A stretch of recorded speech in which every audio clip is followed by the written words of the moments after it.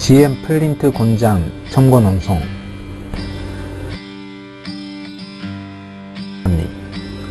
당시 미국 자동차 산업에 고용되는 노동자는 한 40만 명, GM은 그 반 이상인 26만 2천 명을 고용하고 있었다. 전국의 57개 도시에 대규모 공장을 보유하며 이 도시들에서는 경찰, 경호원, 행정기관, 언론들을 장악하고 있었다. 1년에 200만 대 이상을 생산하며 10억 4,065만 달러의 자본을 보유하고 있었다. GM의 노무 정책은 일관된 노조 규정이며 각 공장에서 사측이 조직한 오염 조직과 공장장 간의 협의 이외에는 인정하지 않았다. 그런 상황에서 스피드업이 마구 이루어지면서 노동자가 라인 위에서 쓰러져 앰뷸런스로 옮겨지는 것이 일상화되고 있었다.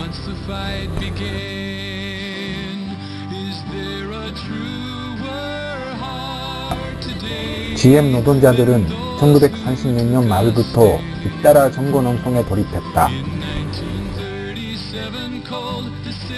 그러나 GM 부사장 윌리엄 크누도센은 결코 단체 교섭에 응하지 않았다.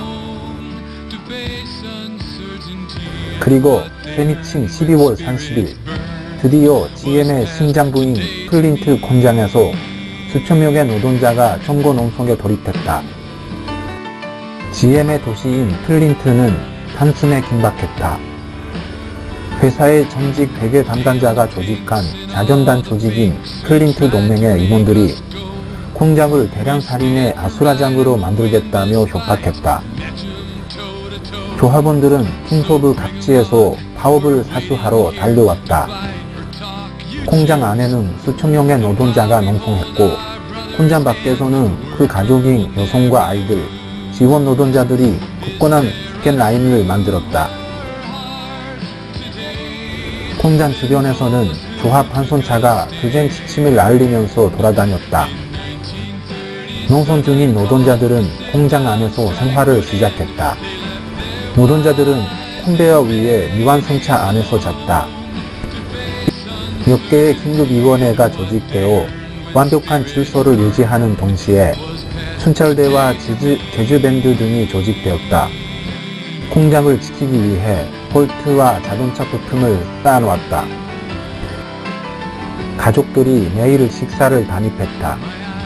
경찰과 법원은 퇴거하라고 외쳐댔고 자본가들은 공산주의자가 소비에트 연습을 하고 있다며 악성전을 했지만 노동자들은 일소에 붙였다.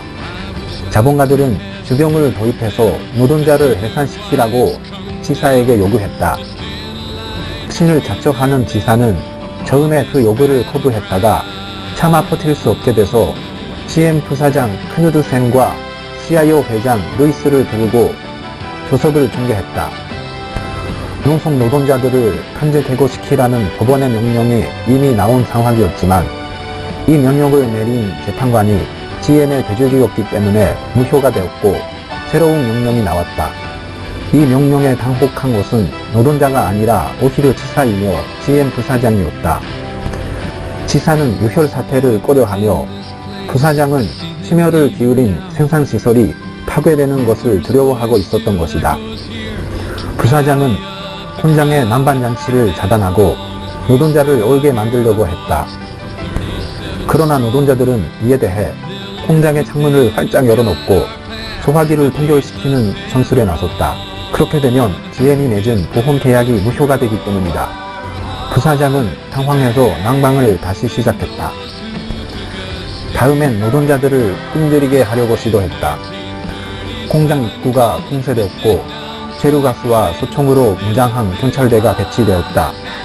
여성들이 창문으로 식사를 반입했다. 그러던 중에 공장 내와 군중들에게 최루탄이 쏘아졌다. 그러나 여성들이 눈물을 흘리면서도 식사 반입을 포기하지 않았다.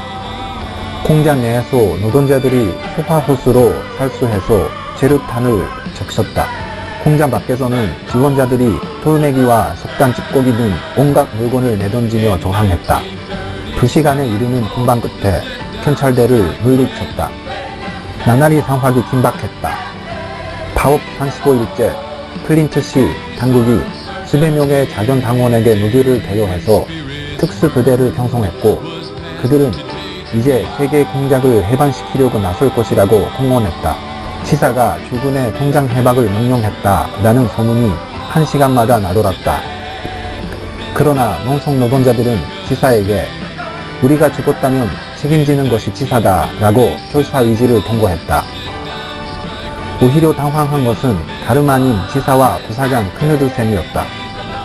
치사는 주변 도일에 인한 유혈 참사의 책임이란 도저히 감당할 수 없었다.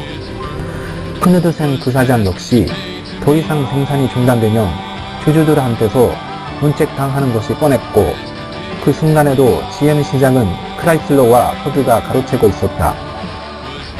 파업 벌입 이후 44일째인 2월 11일 오전 2시 45분 GM이 결국 항복했다.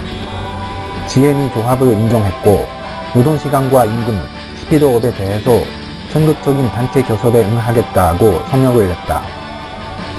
처음에 농성 노동자들은 이를 믿지 않았다. 그러나 날이 새면서 점점 다가오는 환호의 목소리를 듣자 수천 명의 노동자들은 펄쩍 뛰어 서로 교환하며 외치며 눈물을 흘렸다. 미국 산업의 핵심, 자동차 산업의 두목이 노동자 투쟁의 쿨한 순간이었다. 세계 금융 대공황이 세계 혁명 정세를 더욱 성숙시키고 있다. 실물 경제 경색이 급속도로 진행되며 생산 축소와 정리 해고 공세가 노동자들을 나날이 덮치고 있다. 이에 노동자들이 어떻게 맞설 것인가? 1936년, 37년 플린트 공장 점거 농성 파업은 지금까지 전해 내려오고 있다. 이 농성 파업 승리를 통해 작은 조합이었던 UAW가 단숨에 수십만 명 노동자들을 백축하게 되었다. 이 투쟁이 현재 생생한 기억으로 되살아나고 있다. Taken untold billions that they never told to earn, but without our brain and muscle, not a single will return.